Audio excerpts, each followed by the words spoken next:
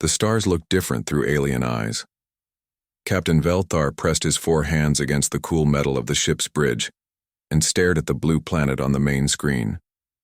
His home world had 3 purple suns and pink oceans. This place looked wrong in every way possible. "Captain, the readings are getting worse," said his science officer. Her voice shook with fear. "This planet is a class Lucilene death world. Nothing should be alive down there." Velthar nodded. He had seen many dangerous planets in his 40 years of space travel, but this one was special. The computer showed numbers that made no sense. The air was full of poison gas called oxygen. The water was liquid instead of safe gas. Deadly radiation poured down from the yellow star above. "Sir, we need to leave now," the pilot said. "My family needs me to come home alive." But something caught Velthar's attention. Small metal objects moved in the space around the planet. They looked like ships.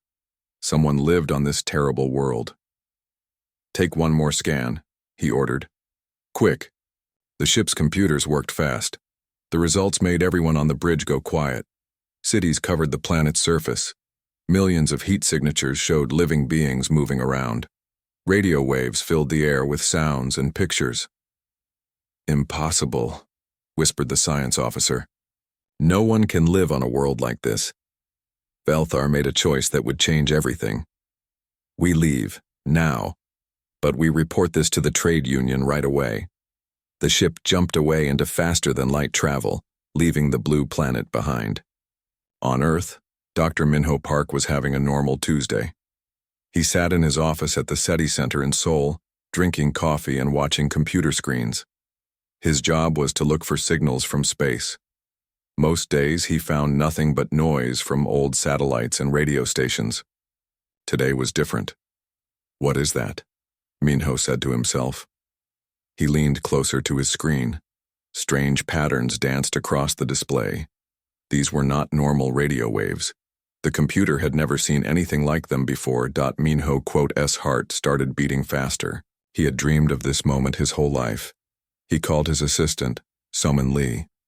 "Soman, come here right now. Bring the quantum scanner." Soman ran into the room. She was young and smart, the best language expert in Korea. "What did you find?" "Look at this." Minho pointed at the screen. "These patterns are too complex to be natural. Something made them." Soman studied the data. Her eyes grew wide. "Minho, this looks like a language, but not human." They worked for 6 hours without stopping. The patterns became clearer. Someone had been scanning Earth from space.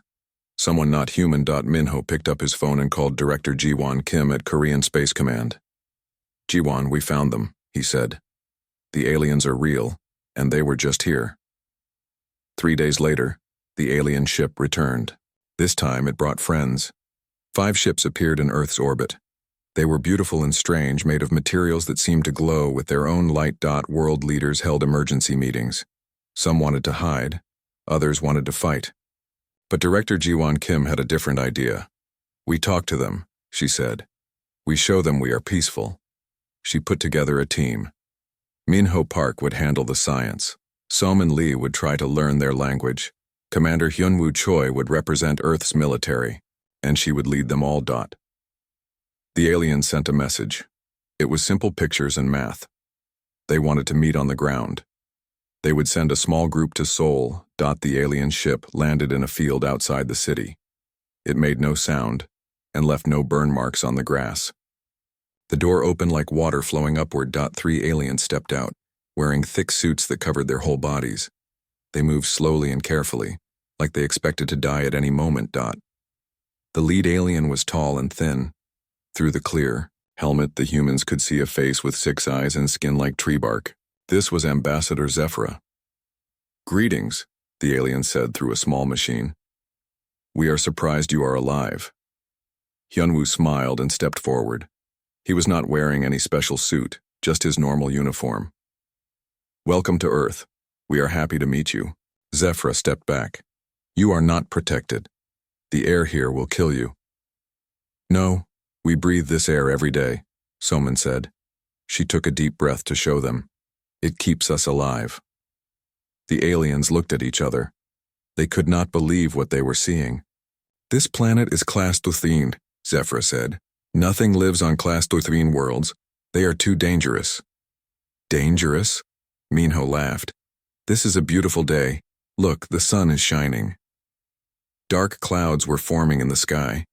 The aliens saw them and became very afraid. Storm coming, Zephyr said. We must leave. You must find shelter. Thunder rolled across the sky. Lightning flashed.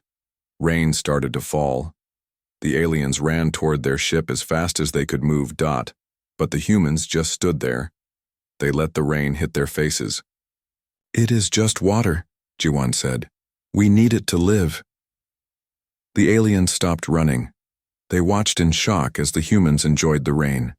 To the aliens, liquid water was like acid. It would eat through their skin in seconds. You are not normal, Zephyr said quietly. Maybe you are not normal, Hyunwoo replied with a grin. That evening, the aliens agreed to stay longer. They set up a meeting inside their ship where they felt safe. The humans came aboard wearing normal clothes. The ship's inside was amazing. Everything was soft and round.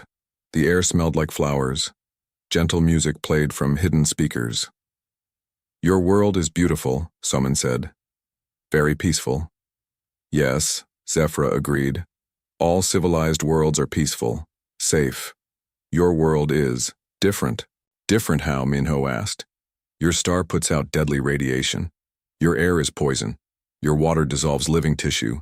Your weather kills. Your ground shakes and breaks. Your plants produce toxins. Your animals eat each other. The humans looked at each other and started laughing. That is just Tuesday, Hyunwoo said. Tomorrow will be the same. Zephyr did not understand. How do you survive? We do not just survive, Jiwan said. We like it here. This is our home. The ambassador's 6 eyes blinked one by one.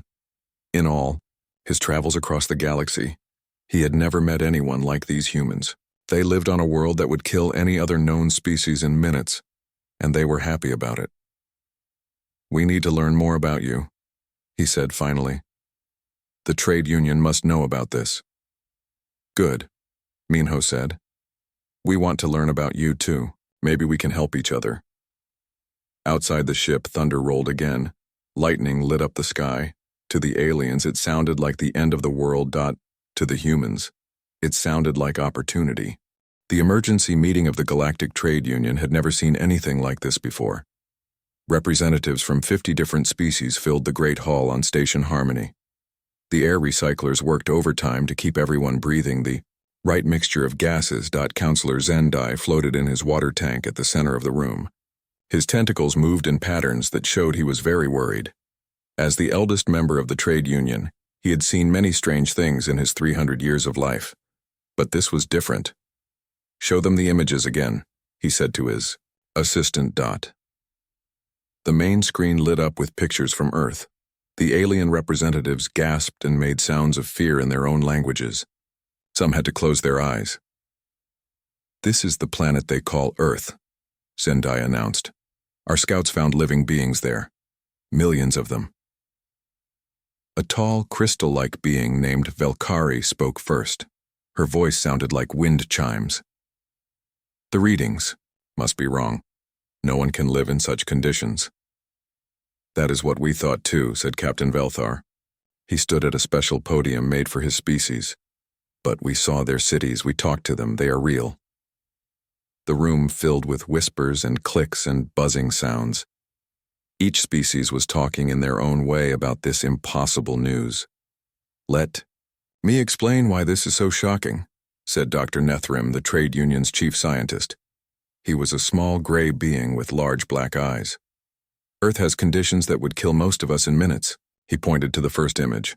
Their star puts out massive amounts of radiation. We would need thick shielding to survive even short visits. The next image showed Earth's blue oceans. Liquid water covers most of their planet. For most species, here liquid water is like acid. It would dissolve our skin. More gasps filled the room. Their air is 21% oxygen, Dr. Nethrim continued. Oxygen is one of the most dangerous gases in the galaxy. It causes fires and eats through metal. Most of us would die from breathing it. He showed pictures of Earth's weather. They have violent storms with winds that could blow our ships around. Lightning strikes the ground millions of times every day, and they call this normal. The crystal being, Valkyrie, made a sound like breaking glass. What about their gravity? 9.8 meters per second squared, Dr. Nethram said. That would crush half the species in this room. A gaseous being named Nephtim spoke through a voice box. And their plant life? Many of their plants make poison to protect themselves. The humans eat these plants and call them food. Impossible, whispered Counselor Zendai. There is more, Dr. Nethram said. Their planet shakes regularly. The ground breaks open and hot rock comes out. They built their cities anyway. He showed the final image. It was a picture of human children playing outside in the rain. This was taken yesterday. Those are their young ones, playing in liquid acid under deadly radiation, breathing poison gas. The room went completely silent. What do they want from us? Asked a spider-like being from the back of the room. Captain Velthar stepped forward. They seem friendly. They want to trade. They want to learn about us. This could be very dangerous, Counselor Zendai said. If they can survive on that world, they might be the most dangerous species in the galaxy. Or the most useful, said a new voice. Everyone turned to look. It was Ambassador Crintel, a wise old being from the edge of the galaxy. She rarely spoke in meetings, but when she did, everyone listened. Think about it, she said. We have thousands of planets we cannot use because they are too dangerous.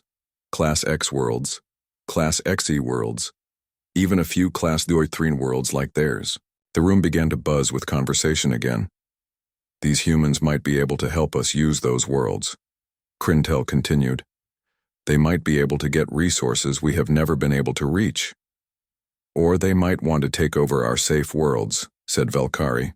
We should be very careful. Meanwhile, on Earth, things were moving quickly. News of the alien contact had spread around the world. Every government wanted to be part of the talks. Dr. Yunji Han was working late in her laboratory in Seoul. She was one of Earth's best experts on materials. The aliens had given the humans small samples of their technology to study. This is amazing, she said to her assistant, Sokjin Yu. Look at this metal. It is lighter than aluminum, but stronger than steel. Sokjin looked at the alien device under a microscope. How do they make it? That is the strange part, Yunji said. It looks like they grew it instead of building it, like it is alive somehow. In another part of the building, Dr. Bora Shin was studying the aliens themselves. She was a doctor who studied how different life forms worked. I got the medical scans back from the aliens, she told her team. You need to see this. She put the results on the big screen.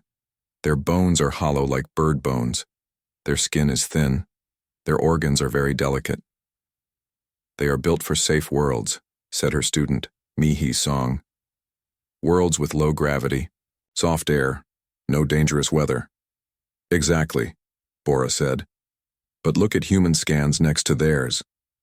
The difference was clear. Human bones were thick and strong. Human skin was tough.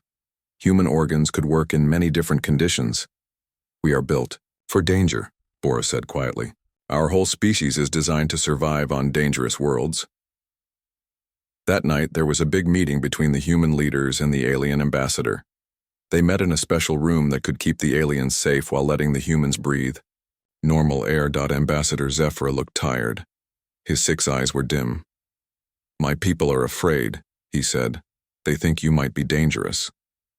We do not want to hurt anyone, said Director Jiwon Kim. We just want to be friends. But you live on a world that kills, Zephyr said. My people think that makes you killers too. Commander Hyunwoo Choi leaned forward. We are not killers. We are survivors. There is a difference. Is there? Zephyr asked. Dr. Somin Lee, who had been quiet, finally spoke. Let me tell you a story about humans. Long ago, our planet was even more dangerous than it is now.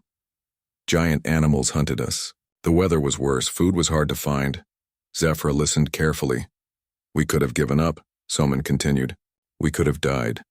But instead we learned. We got stronger, we got smarter, we worked together.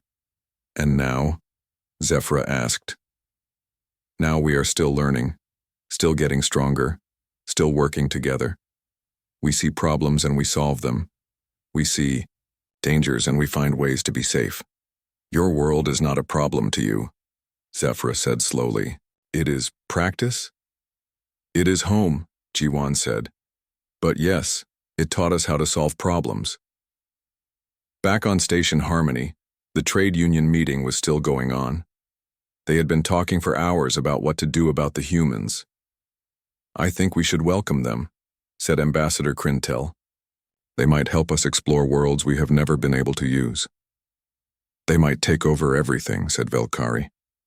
Or, said a small voice from the back of the room, they might be exactly what we need. Everyone turned to look. It was Pippin, a tiny being who usually cleaned the floors. But Pippin was smart even if others did not always listen. The galaxy is full of dangerous places, Pippin said. We avoid them. We lose resources, we cannot grow. But these humans, they do not avoid danger. They use it. Counselor Zendai's tentacles moved in thought. What are you saying? I am saying maybe we have been thinking about this wrong, Pippin said. Maybe these humans are not dangerous to us. Maybe they are the answer to our problems. The meeting continued late into the night. But slowly, a new idea began to form. Maybe the humans were not the threat they had feared. Maybe they were exactly what the galaxy needed. Dehonam had always been good at seeing opportunities where others saw problems. He owned 3 companies in Seoul and was always looking for new ways to make money. When the news about aliens reached him, he did not think about science or politics. He thought about business. Mihi, come to my office right now, he called to his best engineer. Mihi Song had worked with him for 5 years. She was smart and brave, perfect for difficult projects. Did you see the alien technology reports? Deho asked when she arrived. Mihi nodded. Their materials are incredible, but their tools are so fragile. One of their devices broke just from being in Earth's gravity.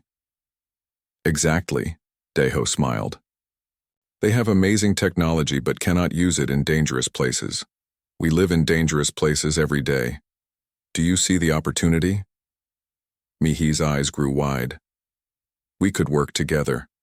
They provide the advanced technology. We provide the ability to use it in tough conditions. Better than that, Deho said. They told us about planets they cannot visit because they are too dangerous. What if those planets have valuable resources? He pulled up a star map on his computer. Look at this. The trade union has marked 60% of known planets as too dangerous to visit. They call them Deathworlds. Like Earth? Mihi said. Like Earth, Deho agreed. But we live on Earth just fine. What if we could visit their Deathworlds too? That same day, Captain Youngsu Tak was meeting with his ship crew at Busan port. Youngsu had been in the Korean Navy for 20 years before, becoming a merchant captain. His ship, the New Hope, carried cargo all over Earth's oceans. The government wants volunteers for a special mission, he told his crew. They want to send a human ship to an alien world. His first officer, Jaehyun Ko, looked worried. Is it safe? Youngsu laughed. They say it is a death world that aliens cannot visit. Too dangerous for them. So it might be perfect for us, said his engineer, Narijon. She was young but had already survived 3 typhoons and an earthquake while working on ships. That is what I was thinking, Youngsu said. The alien ambassadors were shocked when they heard about the human volunteers. Ambassador Zephyr called an emergency meeting with the human leaders. You cannot be serious, he said through his translation device. The mining world of Kethvar killed an entire alien research team last year. Director Jiwon Kim looked at the data about Kethvar. What happened to them? Acid rain, poisonous atmosphere, volcanic activity, ground that moves and breaks. It is a Class X death world. Sounds like a Tuesday in Korea during monsoon season, Commander Hyunwoo Choi said with a grin. Zeph, quote, Ra, quote, S6 eyes blinked in confusion. You have monsoons? Every year, Hyunwoo said. Lots of rain, strong winds, flooding. We just work around it. Dr. Soman Lee was studying the data about Kethvar. What resources are on this planet? Rare crystals that we need for our technology, Zephyra said. But no one can get them because the planet is too dangerous. How dangerous exactly? Asked Dr. Bora Shin. Zeph, quote Ra, showed them pictures of Kethvar. It looked like a nightmare world. Red skies, rivers of acid, mountains that shot, fire into the air. It looks like Jeju Island during a bad day, said Nari Jion. You have places like this on Earth? Zephyra asked. We have volcanoes, acid springs, dangerous weather, Bora explained. We study them. Some people even visit them for fun. For fun? Zephyra could not understand this. Humans are strange, Soman said with a smile. We like challenges. 3 weeks later, Captain Young-Soo Tak and his crew were ready to leave Earth. Their ship had been upgraded with alien technology, but they kept all their human equipment too. The aliens think we are crazy, Young-Soo told his crew as they prepared. For takeoff. Maybe we are, said Jae-hyun Ko, but crazy has worked for us so far. The journey to Kethvar took 5 days. When they arrived, the alien monitoring station was waiting for them. The aliens stayed far away from the planet, watching through telescopes. Human ship New Hope, this is station monitor, came a voice, over the radio. You are approaching a Class Ekn Deathworld. Please confirm you understand the dangers. We understand, Young-Soo replied. We are going to land and take a look around. Impossible, the alien voice said. Nothing can survive on that planet's surface. We will see, Young-Soo said. The New Hope flew down through Kethvar's red atmosphere. Acid rain hit their windows. Lightning flashed all around them. The ground shook from volcanic activity. Just like home, Nari Jones said happily. They landed near what the aliens said was a crystal mine. The air outside was full of poisonous gases and acid vapor. But their environmental suits were designed for Earth's most dangerous places. Air. Quality is bad but not terrible, reported their science officer Hansel Yoon. Like Beijing on a really smoggy day. Temperature is hot but manageable, added Mi Hee Song. Like summer in Seoul, but drier. Radiation levels are high but not deadly, said Suyeon Park, their medical officer. We can work here for several hours at a time. They found the crystal mine easily. It was full of beautiful purple crystals that glowed with their own light. The aliens had tried to build mining equipment, but everything had been destroyed by the acid rain and volcanic activity. Their equipment is too delicate, Mi-hee observed. It breaks as soon as the environment gets tough. But look at this, Hansel said, holding up a crystal. These are worth a fortune. The aliens need them for their computers and ships. Young-Soo smiled inside his helmet. How long would it take us to set up a proper mining operation here? Give me 2 weeks and enough equipment, Nari said. We could have a full mining base running. Back at the monitoring station, the aliens watched in amazement as the humans walked around on the planet's surface like it was a normal day. They are not dying, one alien said to another. They are collecting the crystals, said another. This changes everything, said the station commander. Word of the successful human mission spread quickly through the trade union. Within days, alien companies were lining up to hire human crews for dangerous jobs. The Velkari Consortium wanted humans to visit a world with crushing gravity and violent storms to collect rare metals. The Nephtim Collective needed someone to explore a planet with poisonous plants and deadly animals. Even the careful Kithirian Empire asked if humans could check on some old mining sites that had been abandoned for centuries. Dehonam's company became busier than he had ever imagined. Every day brought new requests from alien businesses. We need more ships, he told Mi-hee, and more crews willing to visit dangerous worlds. The applications are pouring in, Mi-hee said. Every ship captain in Korea wants to join the program. Some are coming from Japan and China too. Dr. Yoon Han was working with alien engineers to design new equipment. The aliens provided advanced technology. The humans made sure it could survive in tough conditions. Look at this, She showed her team. The aliens have amazing energy systems, but they stop working if they get wet or hot or shaken around. So we build cases to protect them, said Seokjin. Sure, like we do for equipment we use in typhoons or earthquakes. Exactly, Yunji said. We combined their advanced technology with our experience in surviving dangerous conditions. The results were incredible.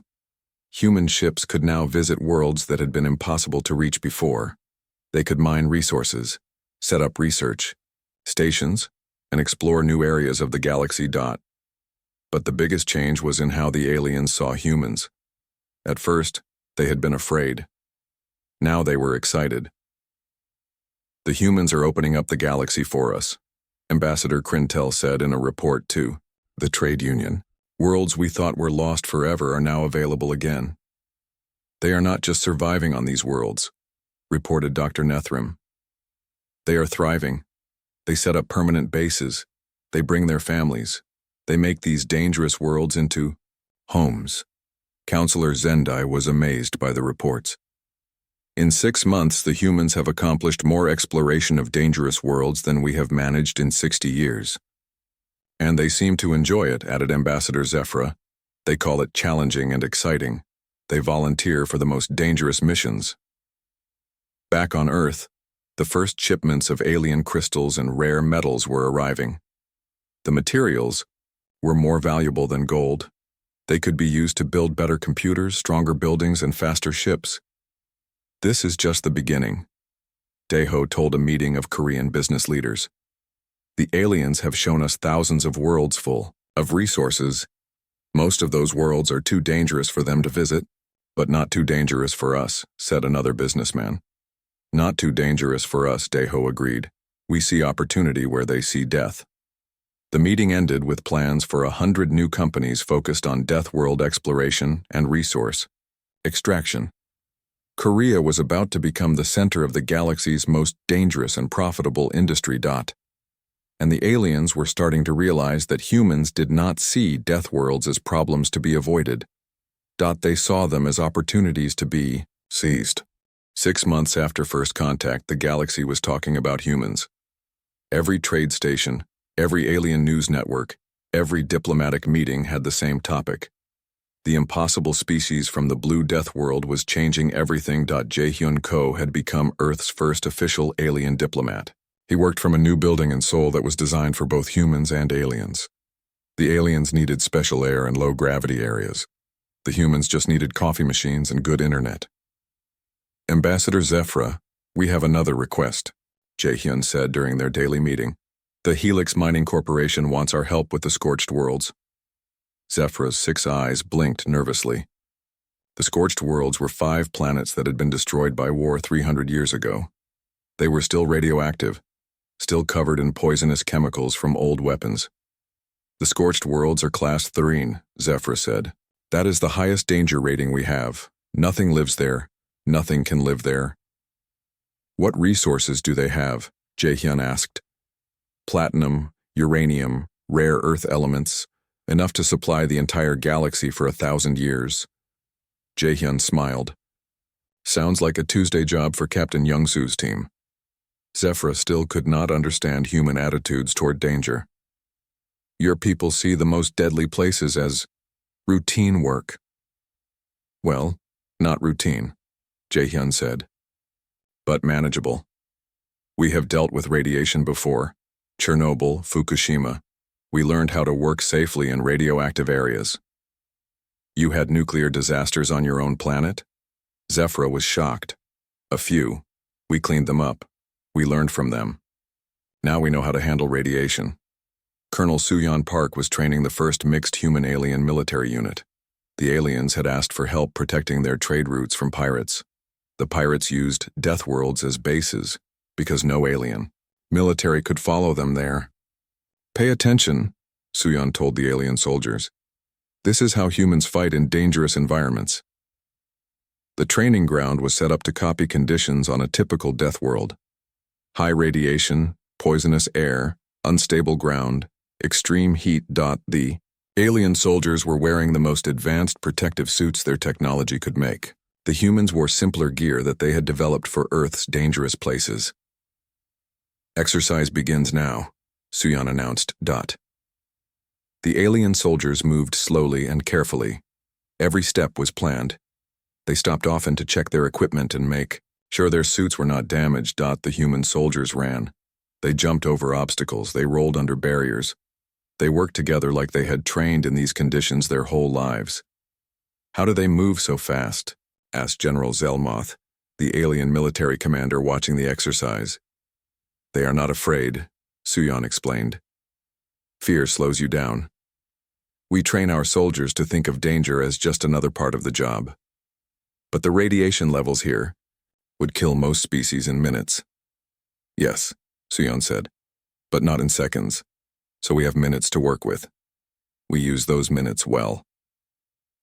The exercise continued for an hour. The alien soldiers managed to complete their mission, but they were exhausted and stressed. The human soldiers finished their mission in half the time and were ready to do it again. "Your soldiers are not normal," General Zelmoth said. "No," Suyan agreed. "They are human. We are built for this." Dr. Hansel Yoon was working on the biggest project of his career. The trade union had asked him to design hybrid technology that could work on both safe worlds and death worlds. "The problem is simple," he explained to his team. "Alien technology is very advanced but very fragile. Human technology is tough but simple. We need to combine them." His assistant, Won-Ho Lee, held up two devices. "The alien computer can process 1 billion calculations per second, but it breaks if you drop it. The human computer is slower but works fine after being hit by lightning. So we build a case," Hansel said. "The alien computer goes inside human protection. Best of both worlds." They had been working for months on the design. The result was amazing. Computers that could survive being dropped into a volcano while still running alien software. Communication systems that worked on death worlds. Vehicles that could drive through acid rain while maintaining perfect climate control inside. "The aliens are calling it the Death World Revolution," Won-Ho said, reading a report from the trade union. "They say we are changing how the galaxy does business." "Good," Hansel said. "Maybe now they will stop being so afraid of everything." Captain Ji-Yoon Ryu was preparing for humanity's most ambitious mission yet. She would lead the first human deep space exploration ship to the Outer Rim, where the most dangerous worlds in the galaxy were located. "The aliens have never been able to explore past the Barrier Nebula," she told her crew. "The radiation is too strong. The gravity wells are too dangerous. The planets are too hostile." Her science officer, Yoon-ji Han, looked excited. "Which means we have no idea what resources might be out there." "Exactly," Ji-Yoon said. "The aliens think the Outer Rim is empty space full of death traps. But what if it is actually full of opportunities?" Her ship, the Soul Explorer, was the most advanced vessel ever built. It combined the best alien technology with human engineering. It could survive radiation that would melt most alien ships. It could land on planets with crushing gravity. It could work in conditions that would destroy normal equipment. "How long will we be gone?" asked the navigation officer, Minho Park. "As long as it takes," Ji-Yoon said. "We are not just exploring for Korea or Earth. We are exploring for all humanity. And maybe we will find things that help our alien friends too." Back on Earth, the changes were incredible. Alien technology was making human lives better every day. Computers were faster. Medicine was more advanced. Transportation was cleaner and more efficient. But humans were also changing alien society. Worlds that had been abandoned for centuries were now busy mining centers run by human crews. Trade routes that had been closed due to dangers were now protected by human security forces. The trade union's economy was growing faster than it had in 1,000 years. "The humans have unlocked 60% of the galaxy," reported Counselor Zendai to the full trade union assembly. "Resources we never thought we could reach are now flowing freely through our trade networks." "And they ask for so little in return," added Ambassador Krintel. "Just technology sharing and fair trade agreements." "What do they want that we cannot give them?" asked a delegate from the Crystal Worlds. "They want to explore," Zephyra said. "They want to go to places we have never seen. They want to find new challenges. They want to turn the most dangerous places in the galaxy into their homes, said Captain Velthar, who had been watching human activities closely. The assembly was quiet for a moment. Are we sure this is safe? Asked a nervous delegate. What if they become too powerful? What if they decide they do not need us anymore? Then we would be in trouble, Zephyr said honestly. But I do not think that will happen. Why not? Because they like us, Zephyr said simply. They enjoy working with different species. They want to learn from us as much as we learn from them. And, added Crintel, they seem to think the galaxy is more fun with friends. On Earth, Dr. Salmon Lee was preparing for the biggest diplomatic meeting in human history. Representatives from over 200 alien species were coming to Earth for the first Galactic Economic Summit. They want to see our Deathworld for themselves, she told the planning committee. They want to understand how we live here. Are we sure that is safe? Asked a government official. Some of these species are very fragile. We will take precautions, Soman said. Climate-controlled buildings, special transportation, medical teams standing by. What if they get scared and leave? Soman smiled. Then they miss out on the biggest economic opportunity in galactic history. The summit would take place in Seoul, with facilities designed to accommodate hundreds of different species. It would be the first time so many different aliens had visited a Deathworld. Some of them are already calling us the Deathworld ambassadors, Soman said. They think we can help them use dangerous worlds all across the galaxy. Can we? Asked the official. We can teach them what we know, Soman said. How to survive in tough conditions, how to see opportunities instead of just dangers, how to turn problems into profits. As she prepared her speech for the summit, Soman thought about how much had changed in just 6 months. Humans had gone from unknown species to the galaxy's most valuable partners. And it was all because they saw opportunity where others saw only death. The aliens were finally starting to understand. The galaxy was not just the safe, comfortable worlds they had always known. It was everything, including the dangerous parts. And humans were ready to help them explore it all. 1 year after first contact, Captain Ji-yoon Ryu stood on the bridge of the Soul Explorer and looked at something no alien had ever seen before. Through the main window, a new city floated in space, built inside the most dangerous place in the known galaxy. New Seoul Station is now fully operational, reported her chief engineer, Hyun Ko. All systems are working perfectly. The station was humanity's greatest achievement. It was built inside the Maelstrom Nebula, where radiation levels were 1,000 times higher than what most aliens could survive. Gravity pulled in different directions every few minutes. Space itself seemed to twist and bend. To aliens, it was the most hostile environment in the galaxy. To humans, it was the perfect place for a space city. How many people are living there now? Ji-yoon asked. 50,000 humans, and about 200 aliens with special protection suits, Hayan said. The waiting list to visit is over 1 million names long. Ji-yoon smiled. The aliens were fascinated by what humans could do, but most were still too afraid to try it themselves. That was changing slowly. Any problems with the fusion reactors? She asked. The radiation from the nebula actually makes them work better, Hayan said. We are producing twice as much power as we planned. And the research stations? All working great. The scientists say the strange physics in this area are perfect for testing new technologies. On the station, Dr. Wan-ho Lee was showing a group of alien visitors around the residential areas. The aliens were amazed that humans could live normal lives in such a dangerous place. This is our main shopping district, he said, leading them through a busy area full of stores and restaurants. The aliens looked around nervously. Through the windows, they could see the twisted space and flashing radiation of the nebula. Are you not afraid? Asked one alien, a tall being with blue skin and 4 arms. Of what? Asked a human child who was playing nearby. Of everything, the alien said, pointing at the dangerous space outside. The child looked confused. That's just outside, it's pretty. Dr. Wanho laughed. Children born here think this is normal. They have never known anything else. What happens if something goes wrong? Asked another alien visitor.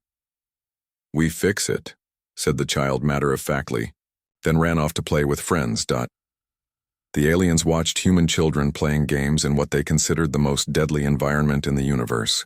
They could not understand how this was possible. Back on Earth, the Galactic Economic Summit was ending its second day. Representatives from 300 alien species had come to see the human homeworld for themselves. Many had to wear protective suits just to survive Earth's mild conditions. Ambassador Soman Lee stood before the Great Assembly. Behind her, large windows showed Seoul's skyline. Rain was falling outside, and lightning flashed in the distance. Friends from across the galaxy, she began. 1 year ago, you discovered that humans lived on what you call a death world. You were afraid of us. You thought we might be dangerous. The alien delegates listened carefully. Some were still nervous about being on Earth. Today we work together on over 1,000 worlds that were once too dangerous for anyone to visit. We have opened mining operations, research stations, and trade routes in places you thought were impossible to reach. She gestured to the window where rain continued to fall. You see this storm and think of danger. We see it and think of water for our crops, power for our cities, and a good day to stay inside and work on new projects. The difference is not that we are braver than you, Soman continued.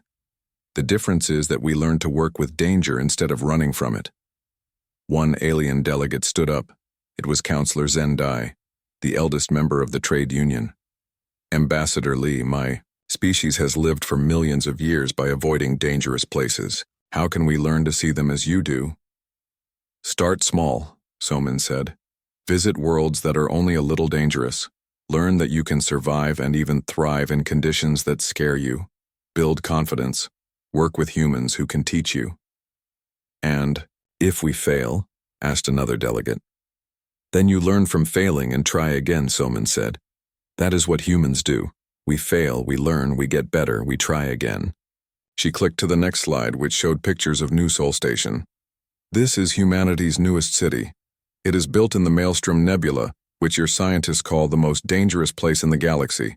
50,000 humans now call it home. The alien delegates gasped and made sounds of amazement in their various languages. But we did not build it alone, Soman continued. We used alien technology, alien materials, alien knowledge. We combined your advanced science with human determination. She clicked to the next slide, showing aliens and humans working together on the station. This is the future we offer. Not humans taking over dangerous worlds, but all of us working together to use the entire galaxy. The safe parts and the dangerous parts. At the back of the room, Ambassador Zephyra raised one of his 4 hands. Ambassador Lee, what do humans want from this partnership? Samin thought for a moment. We want to explore. We want to learn. We want to build new things and go to new places. We want to turn empty, dangerous worlds into homes where our children can grow up and have adventures. And what do you offer in return? We offer to teach you that the galaxy is bigger than you thought, Soman said. We offer to show you that dangerous does not have to mean impossible. We offer to be your partners in places you never thought you could go. And if dangerous worlds become safe through your technology? Soman grinned. Then we will find new dangerous worlds to explore. The galaxy is very big. There will always be new challenges. The assembly erupted in what sounded like applause, though each species made different sounds to show approval. Later that day, Soman met privately with the senior alien ambassadors. They were discussing the most ambitious project yet proposed. The Dark Zone, said Ambassador Quintel, has been forbidden for 2,000 years. It is where stars go to die. The radiation levels are beyond measurement. Space itself is unstable. Sounds interesting, Soman said. What is out there? We do not know, admitted Counselor Zendai. No one has ever returned from the Dark Zone. No alien has ever returned, Soman corrected. No human has tried yet. You would actually consider going there? Zephyra asked. We would consider it, Soman said. if there are good reasons. The theoretical resources in the dark zone could power the entire galaxy for 1,000,000 years, said Dr. Nethram. But no one has ever been able to confirm this. Because no one has ever been able to get close enough to look, Soman said. Exactly. Soman was quiet for a moment, thinking. We would need time to prepare. Special ships, special training, special equipment. It would be the most dangerous mission humans have ever attempted. And if you fail? Asked Crintel. Then future human crews will learn from our failure and try again with better preparation. The aliens looked at each other. They still could not fully understand human attitudes toward danger and failure. Why do you do this? Zephyra asked. You could have comfortable lives on safe worlds. Why do you always choose the difficult path? Samin thought about her answer carefully. Because the difficult path is where we find the most interesting things. Easy does not teach us anything new. Comfortable does not help us grow. You see, danger as education? We see everything as education, Soman said. Danger, safety, success, failure. It all teaches us something. It all makes us better. And you want to share this education with us? We want to share the adventure with you, Soman said. The galaxy is an amazing place, but you have only seen the safe parts. The dangerous parts are amazing too. 3 months later, the first mixed human-alien crew was preparing to enter the dark zone. The ship was called the Unity, and it carried the most advanced technology ever created. Human engineering, alien science, and the determination of both species working together. Captain Minho Park, the grandson of the SETI scientist who had first detected the aliens, was chosen to lead the mission. We do not know what we will find out there, he told his mixed crew of humans and aliens. It might be the greatest discovery in galactic history. It might be the most dangerous place anyone has ever been. So, a normal Tuesday for humans? Asked his alien science officer, trying to make a human-style joke. The crew laughed. Even the aliens were learning to see danger with humor instead of fear. Let's go find out what's out there, Minho said. As the Unity jumped into faster than light, traveled toward the dark zone, Ambassador Soman Lee was giving her final speech to the Galactic Assembly. 1 year ago you discovered humans living on a death world, she said. You were afraid we might be dangerous to you. Today we work together on projects across the galaxy. We have learned that danger is not something to fear. It is something to understand, to prepare for, and to overcome together. She paused, looking at the hundreds of alien faces in the audience. You see death worlds, and you think of places where nothing can live. We see death worlds, and we see places where everything is possible. She clicked to her final slide, showing a picture of human and alien children playing together on New Sol Station, with the deadly beauty of the Maelstrom Nebula in the background. This is our gift to the galaxy. Not just the resources we can extract from dangerous worlds, but a new way of thinking about what is possible. When you stop being afraid of danger,